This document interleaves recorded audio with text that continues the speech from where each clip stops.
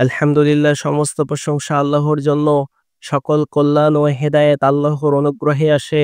আমি আল্লাহ সুবহানাহু ওয়া তাআলার প্রশংসা করছি, তার প্রতি কৃতজ্ঞতা প্রকাশ করছি।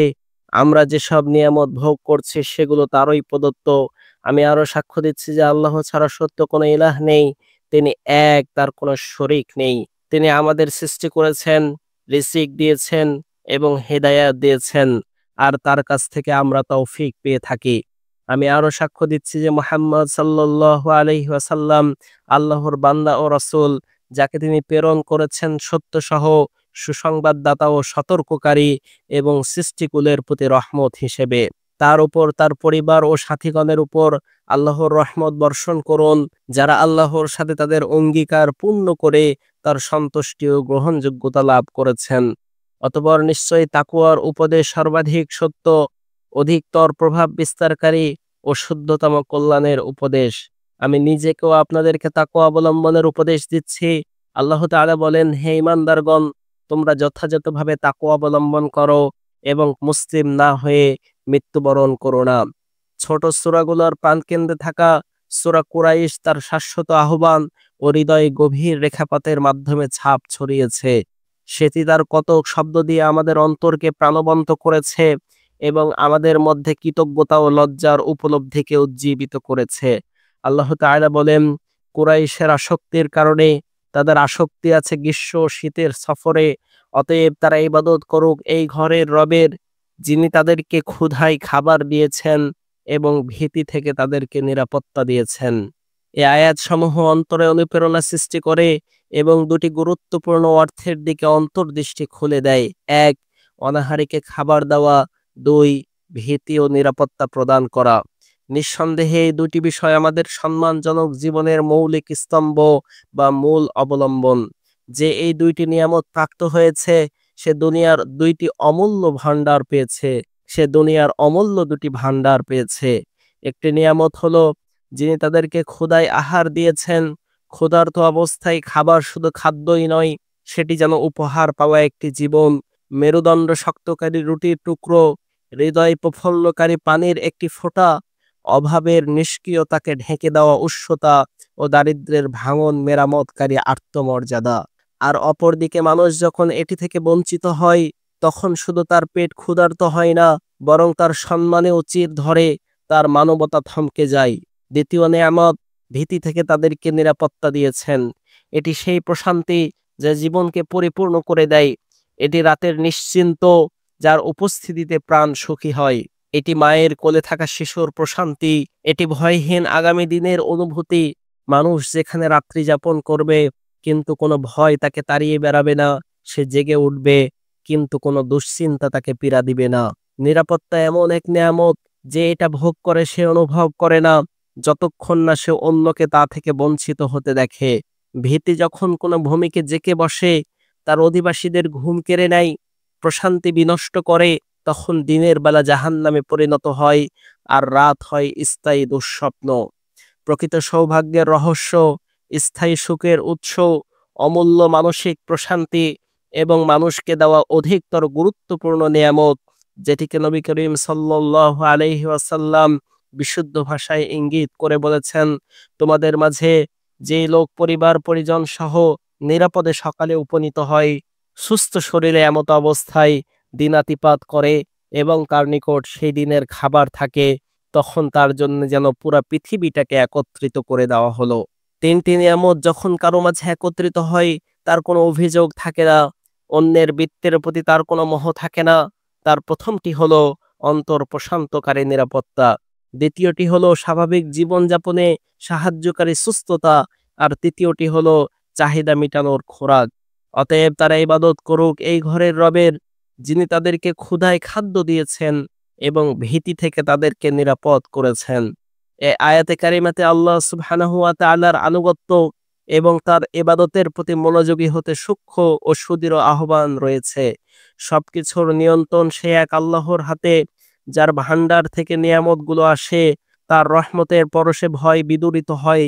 যিনি কুরাইশকে ক্ষুধা নিবারণের জন্য আহার দিয়েছেন, সকল প্রান্ত থেকে তাদের কাছে জীবিকা পৌঁছে দিয়েছেন, তিনিই মহান আল্লাহ।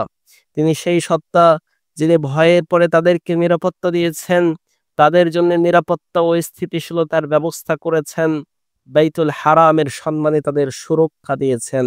এই অপার নিয়ামতগুলো তাদের শক্তির ফসল ছিল না, তাদের পরিকল্পিত পদক্ষেপের ফলাফলও ছিল না, বরং আল্লাহর পক্ষ থেকে খাঁটি অনুগ্রহ ছিল এবং এটি এমন এক নিয়ামত যা হামদ ও শুকুরের দাবি রাখে। ইসলাম পূর্ব আরব উপদেশ ছিল প্রচণ্ড দারিদ্রতায় পীড়িত, ভয় ছিল তাদের নিত্য সাথী, প্রয়োজনের তাড়নায় তাদের জীবনাচরণ ছিল উলটপালট ও জর্জরিত। তারা ছিল যুদ্ধে অবরুদ্ধ, সংঘাত দ্বন্দ্ব তাদের করেছিল আতঙ্কিত।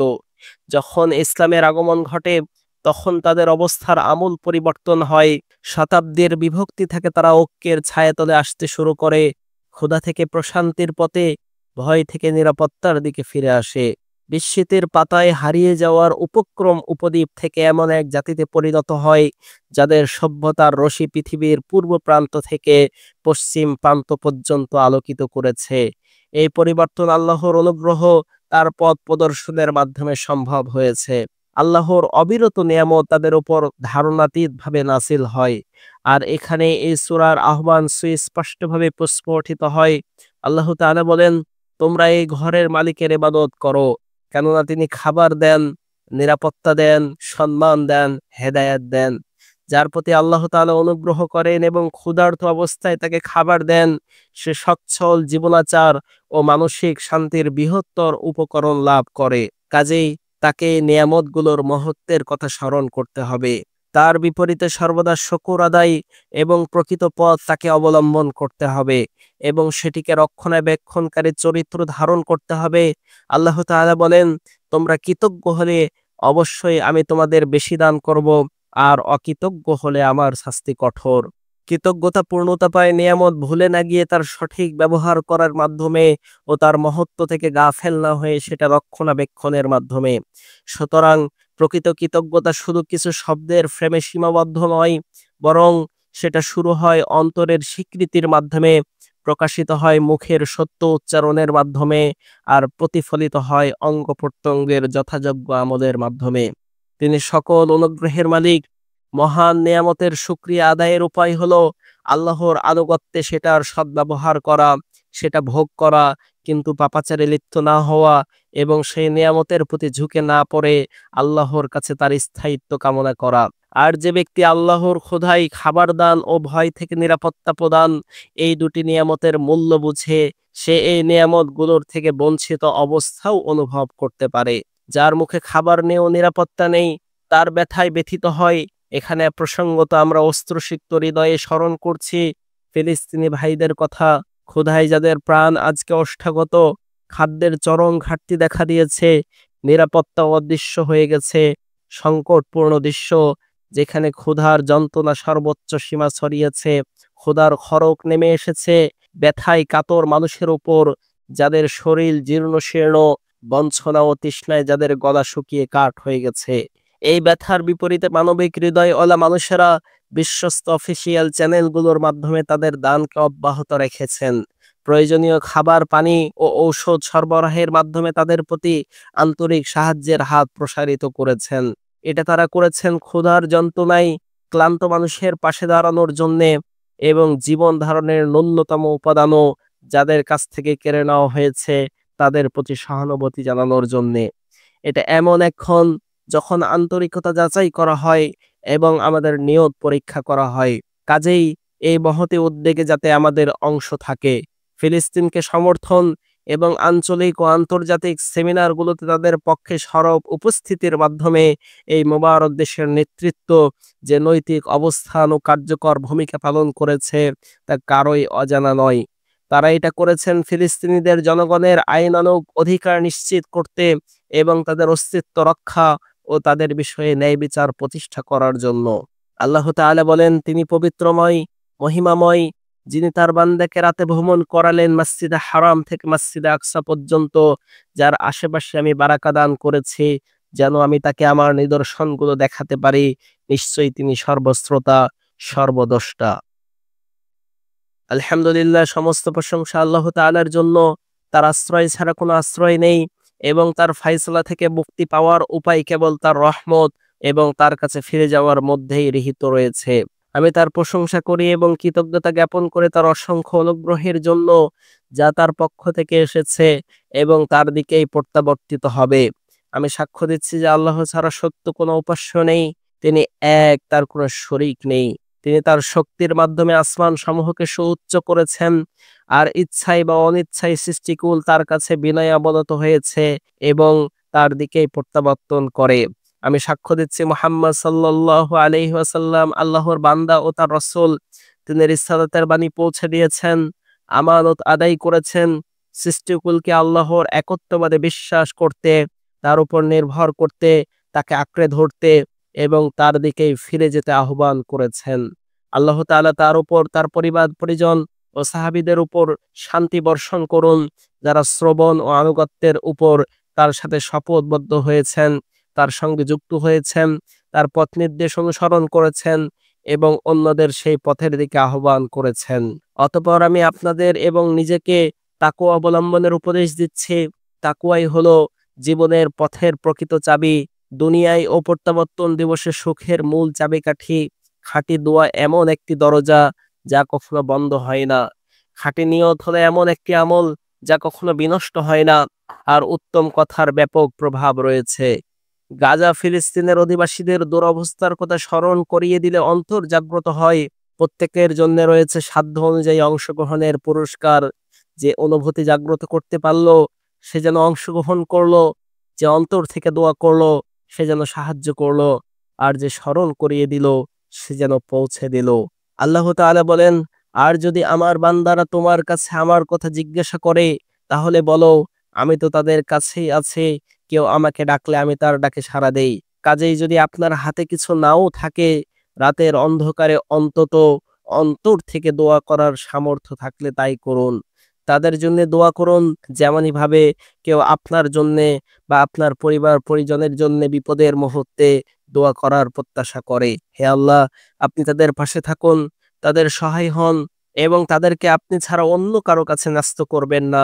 হে দয়ালু, মাজলুমের প্রতি করুণাময়, হে বিপদগ্রস্তদের সাহায্যকারী, হে নিকটতম সাহায্যকারী, হে অপরিমেয় রহমতের মালিক, আমাদের ফিলিস্তিনি ভাই বোনদের জন্য আপনি সাহায্যকারী, সহায়ক ও আশ্রয়দাতা হন। তাদেরকে বিজয় দান করুন হে আল্লাহ। তারা ক্ষুধার্ত, তাদেরকে খাদ্য দিন। তারা ভীত, তাদেরকে নিরাপত্তা দিন। তারা বিচ্ছিন্ন, তাদেরকে ঐক্যবদ্ধ করুন। তারা দুর্বল, তাদেরকে শক্তিশালী করুন হে আল্লাহ। তাদের কোনো উপায় নেই আপনি ছাড়া, তাদের কোনো শক্তি নেই আপনার রহমত ছাড়া। কাজেই আপনি তাদের ক্ষুধা দূর করুন, আহারের ব্যবস্থা করুন এবং ভয় থেকে তাদেরকে নিরাপদ রাখুন। হে আল্লাহ, আপনি তাদের ভাঙা হৃদয়ে জোড়া লাগান, তাদের মৃতদের প্রতি রহম করুন, তাদের রোগীদের আরোগ্য দান করুন, তাদের মধ্যে যারা নিখোঁজ তাদেরকে ফিরিয়ে দিন এবং তাদেরকে সুস্থতা ও প্রশান্তির পোশাকে আবৃত করুন।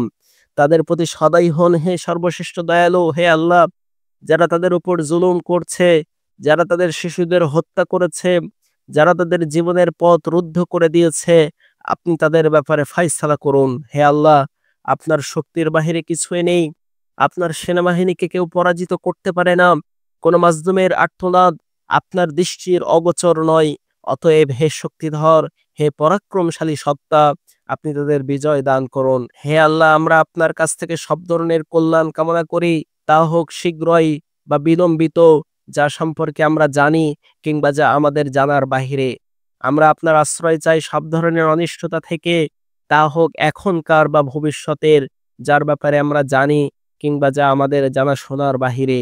হে আল্লাহ, আমরা আপনার কাছে চাই সব ধরনের কল্যাণ, তার শুরু এবং শেষ, যা সর্বপ্রান্ত স্পর্শী, যা প্রকাশ্যে কিংবা অপ্রকাশ্যে।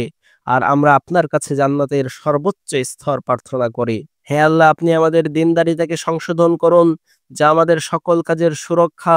আপনি আমাদের দুনিয়ার অবস্থা ঠিক করে দিন, যেখানে আমাদের জীবন ধারণ, আর আমাদের আখেরাত সুন্দর করুন, যেখানে আমাদের প্রত্যাবর্তন অবশ্যম্ভাবী। জীবনকে আমাদের জন্য কল্যাণের পথ ও অগ্রগতির মাধ্যম বানান, আর মৃত্যু আমাদের সকল অকল্যাণ থেকে মুক্তি ও স্বস্তির মাধ্যম বানান। হে আল্লাহ, আপনি এই মোবারক দেশের একান্ত তত্ত্বাবধায়ক ও রক্ষাকারী হন। একে আপনার ছায়ায় স্নেহ দিয়ে নিরাপত্তা দিন এবং এদেশের নিরাপদ সীমান্তগুলোকে সুরক্ষিত রাখুন। সুবহান রাব্বিকা রাব্বিল ইজ্জাতি আম্মা ইয়াসিফুন ওয়া সালামুন আলাল মুরসালিন আলহামদুলিল্লাহি রাব্বিল আলামিন। এই খুতবায় মহান আল্লাহ তাআলার প্রতি পূর্ণ প্রশংসা এবং তার একত্ববাদ ঘোষণা করা হয়েছে। আল্লাহর অশেষ নিয়ামত, রিজিক, হেদায়েতের প্রতি কৃতজ্ঞতা প্রকাশ করা হয়েছে। নবী সাল্লাল্লাহু আলাইহি ওয়াসাল্লামের মর্যাদা ও গুরুত্বের কথা বলা হয়েছে এবং তার প্রতি দরুদ ও সালাম প্রার্থনা করা হয়েছে। সূরা কুরাইশের আয়াত উদ্ধৃত করে খাবার ও নিরাপত্তার মহান নিয়ামত দুটি মূল স্তম্ভ হিসেবে উপস্থাপন করা হয়েছে। দারিদ্র্য ও ভয়ের অবসানের মাধ্যমে ইসলামের প্রচার ও সমাজের উন্নয়নের কথা বলা হয়েছে। ফিলিস্তিনিদের দুর্দশার কথা স্মরণ করে মানবিক সহায়তা ও দোয়ার আহ্বান জানানো হয়েছে। সর্বশেষে আল্লাহর কাছে সাহায্য, শান্তি, সুস্থতা, ঐক্য ও কল্যাণ প্রার্থনা করা হয়েছে। বিশেষ করে ফিলিস্তিনবাসীদের জন্য দোয়া করা হয়েছে।